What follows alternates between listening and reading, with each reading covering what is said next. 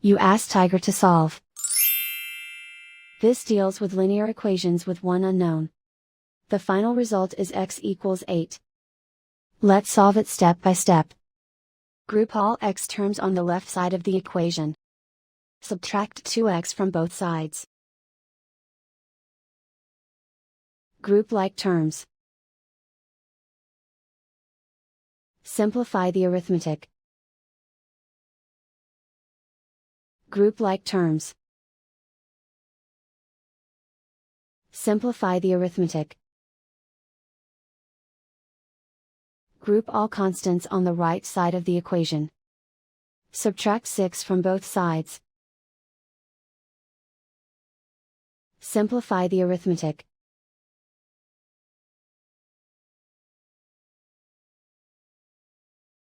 Isolate the x. Divide both sides by 3. Simplify the fraction. Find the greatest common factor of the numerator and denominator.